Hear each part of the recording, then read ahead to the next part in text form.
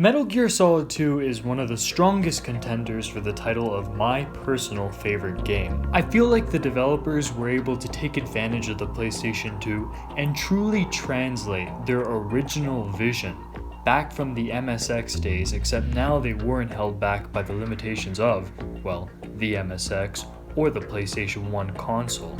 So I feel like what we see here is true, core, original, basic Metal Gear at its peak.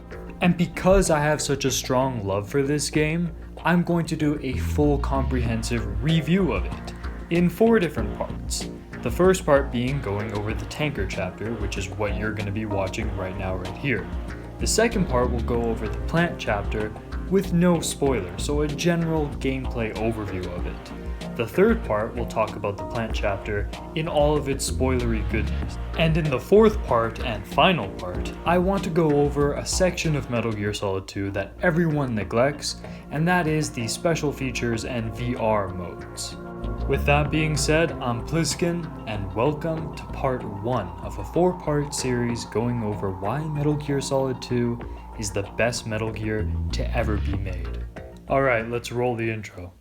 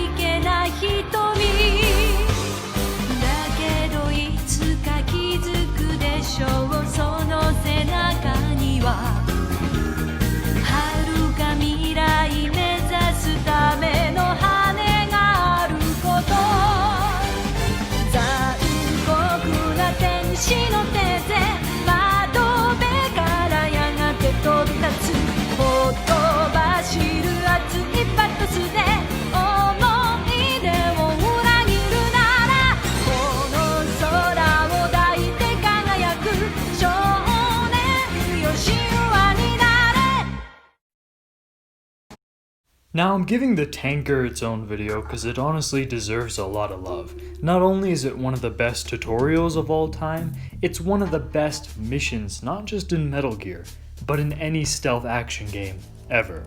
So we start off with Snake and Otacon, who have branched out on their own after Shadow Moses and have put together their own little organization that goes around the world and hunts down different groups that develop their own sets and variants of Metal Gear models after they were propagated all over the internet and the black market after Shadow Moses. Snake comes in with a modified Beretta that fires tranq rounds as he's not really expecting much of a fight.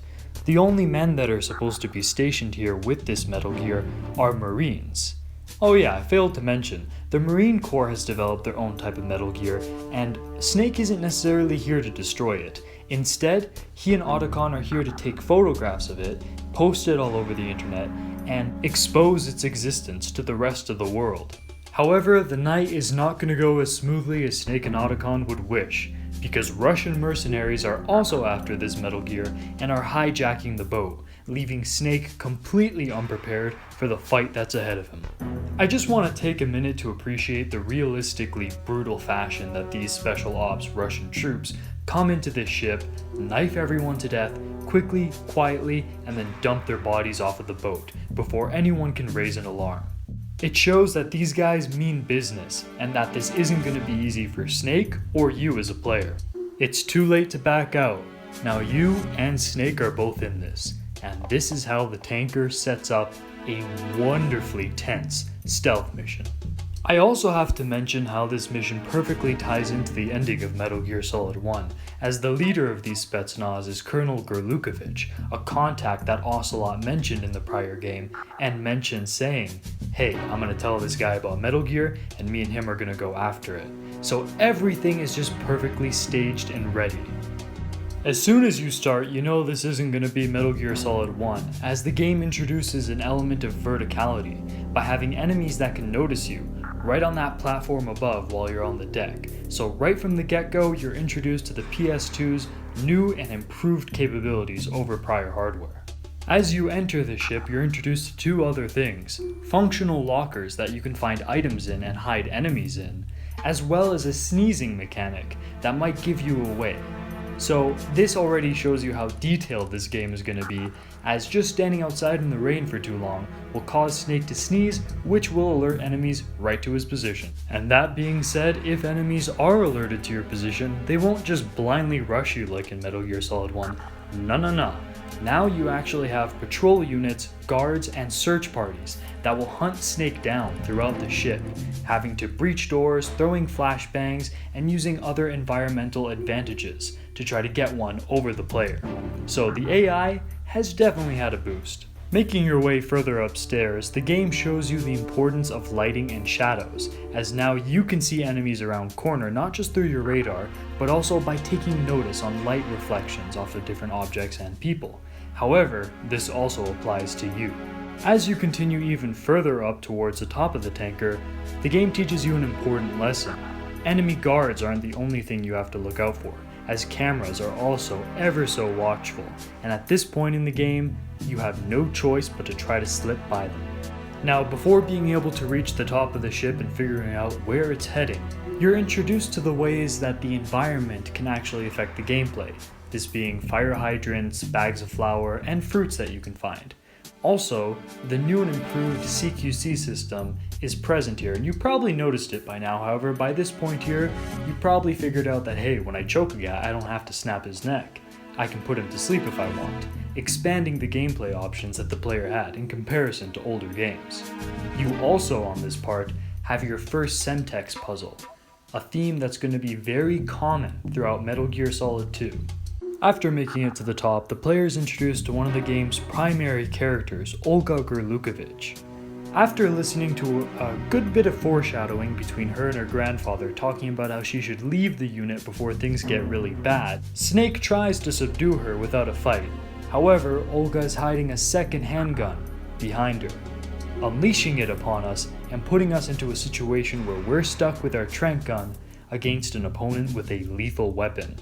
This boss fight is really cool because it takes those ideas of lighting and environmental interaction and puts them into play in a high-stakes scenario, testing what the player has learned during their time sneaking their way up to this point of the ship.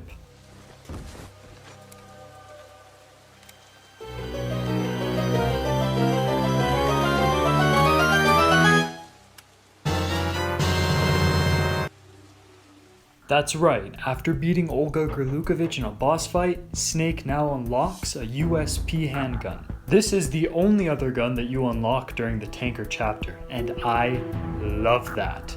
Now, a lot of you probably know that I'm a big fan of Combat Evolved, and when it comes to weapons in games, I'm a very big fan of less is more. Whatever's in there has to have a purpose, otherwise I don't really enjoy it, and I get really annoyed by weapons that are just kind of there to be there. So by having just the tranq gun and USP, Metal Gear Solid 2 sets the standard for a stealth and utility gun. Let me explain that in detail right now.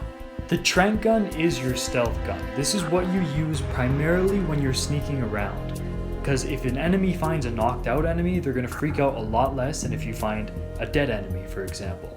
So this is perfect for stopping guys up, staying quiet, and moving through the ship undetected.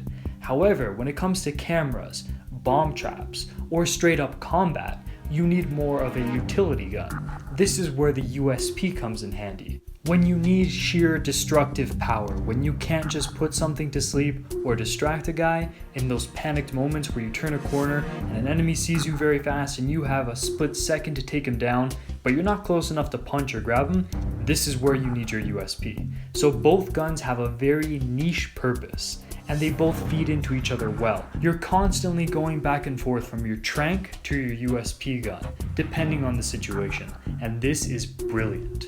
So now that you have your M9 and your USP, you keep making your way down towards the holds, as that's where you found out that Metal Gear is being stored. So you're doing your usual thing, sneaking by guys, finding loot, trying to make your way through the ship. Everything's fine and dandy when suddenly... Everyone remembers this room for the Vulcan Raven toy, however, I will always remember it for that one jump scare that just comes out of nowhere.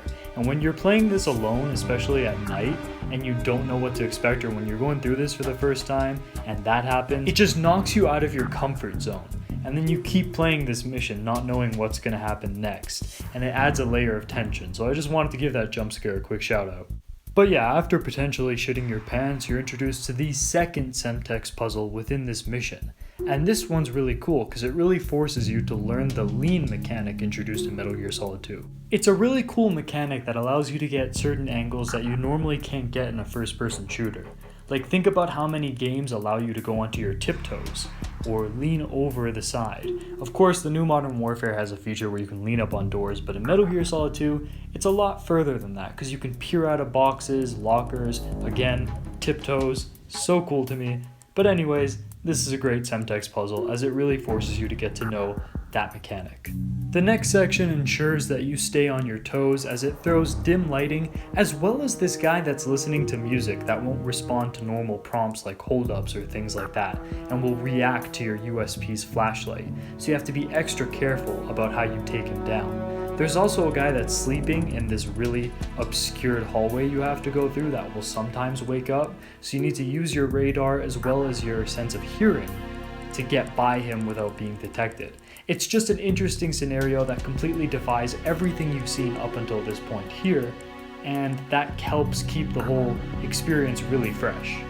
The next room thrusts you into another combat scenario, however this time, now that you have your USP, you're prepared. It's extremely efficient at just burning through ammo, which means if you just spam the square button, you can empty a magazine into a guy. Not that you're going to need an entire magazine, however, it's very intuitive with the lock-on system, so you'll come out of cover, spam square, Snake will put the amount of shots needed to take down one guy, and then immediately lock onto another guy. Also, the way this fight is set up, where you have two guys defending one guy in the back with a grenade, that like forces you out of cover, so you have to like juggle whether or not to shoot at these two guys that are being really aggressive against you, or try to peg the guy with the grenade before he, puts you in a situation where you're constantly being shot. It's really interesting and it adds depth to an otherwise generic shootout fight. After this, you just have to run through a bunch of guys that rush you, and there you go. With your USP, stun grenades, or hell, if you're good enough, even the M9, you'll get through this just fine. Also, a shout out to this cutscene that has the smartest enemy in all of Metal Gear, that instead of trying to engage Snake as he's sneaking his way through this door, just hides, lets the guy who just mowed down 12 men on his own with a pistol go by, and then he just locks the door behind him and says, you know what, I'm gonna live another day. Not that it really works out for him, but still, A+ for trying. And this brings us to one of the final sections of the tanker, which are the holds in which the Commandant, with his Metal Gear, is giving a speech to the Marines. Now, in this part here, combat isn't an option, which is pretty realistic, because no matter what you do, when you have 50 guys in a room, all of them armed with M4 carbines, there's no way you're going to be able to beat this. This isn't just a couple like Spetsnaz in a hallway in a controlled space. This is just an open area where you're screwed if you don't play this carefully. Now, there are 3 different ways to get through this area. The method that I use is using the vents underground. It's really easy and risk-free, and besides a moment where like a guy might drop a magazine in the vents and look down, the enemies don't really search for you here. So it's a very clear-cut way to get right to Metal Gear. That being said, there's 2 other ways. One of them are really hard to achieve. I'll let you go in and try to figure out what those ways are. But each of these different methods come with their own unique cutscene and variation to where you start off in the final area. Speaking of the final area, this is where the game unveils the titular Metal Gear and sets you up in this really tense room where everyone's there present, literally with live feed cameras. and the colonel's looking down at everyone. You have guards around there, and you have to find a way to take photographs of this Metal Gear without being noticed.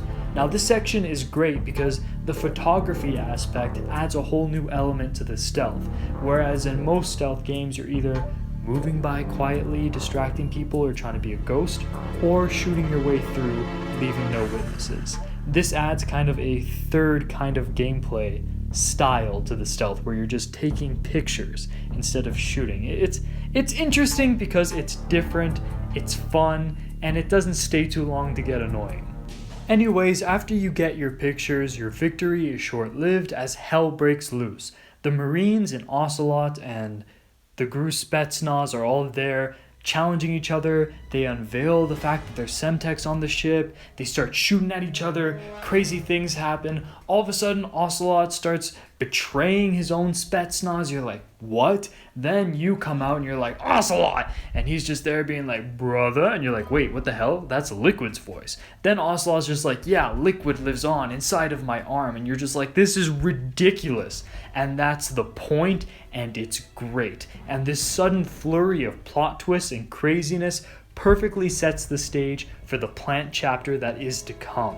And it's a perfect bombastic send-off to the tanker chapter as Metal Gear, piloted by Ocelot or Liquid, it's kind of confusing, destroys the entire ship, sending Snake hurtling into the ocean while everyone else is just trying to scramble to survive. It's a big cliffhanger, leaving you wanting more, which is part of the reason why the tanker chapter is not just one of the best tutorials ever, but one of the best missions ever. It introduces everything so clearly, so well. It has boss encounters, it's got that stealth with the sneaking, stealth with the combat, and even stealth with taking pictures. It's just so much in one neat little focused package.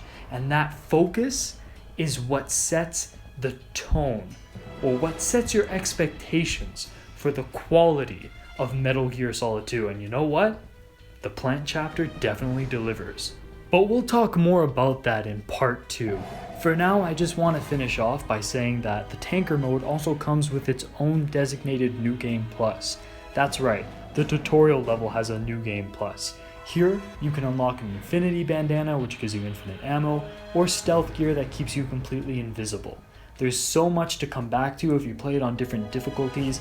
Camera and enemy setups will be different. A suppressor will spawn in on like your third playthrough. Also, if you play it a couple times, Snake will start wearing these kick-ass shades that I'm sure you noticed. It's just such a great package. But anyways, that was me on the tanker chapter. That was part 1 of a 4-part review of Metal Gear Solid 2. I hope you guys are looking forward to part 2, because I'm looking forward to putting together part 2. I love this game, and I'm happy that I'm finally taking the time to give it the attention it truly deserves. Anyways, like, subscribe, let me know what you thought about the tanker chapter. Am I just blowing it out of the water? Do you think it's overrated? Let me know, and I'll see you guys in part 2. Over and out.